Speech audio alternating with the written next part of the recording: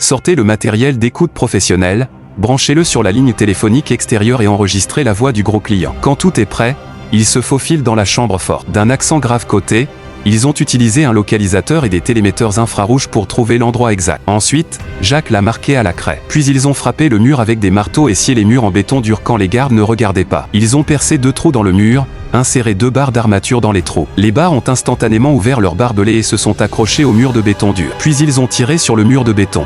Bientôt, le mur a été arraché. Il est passé par le trou et a pénétré dans la chambre forte. Ensuite, ils ont trouvé le câblage de sécurité de la chambre forte, fait du bruit pour attirer les gardes de sécurité et geler l'écran de sécurité. Après avoir calmé les gardes, ils se faufilent dans la chambre forte. Ils ont pris des gants pour empreintes digitales et un lecteur d'enregistrement. Après quelques opérations, les empreintes digitales et les voix ont été reconnues. La porte de la chambre forte s'est ouverte comme prévu. Ils se sont infiltrés dans la chambre forte. Il y avait des perles précieuses et des bijoux. Il y avait aussi une grande quantité d'or et de tableaux. Jacques était si heureux d'être riche. Un pistolet a été pointé sur lui par derrière. Il s'est avéré que son assistant était un agent secret, et Jacques a été conduit en prison.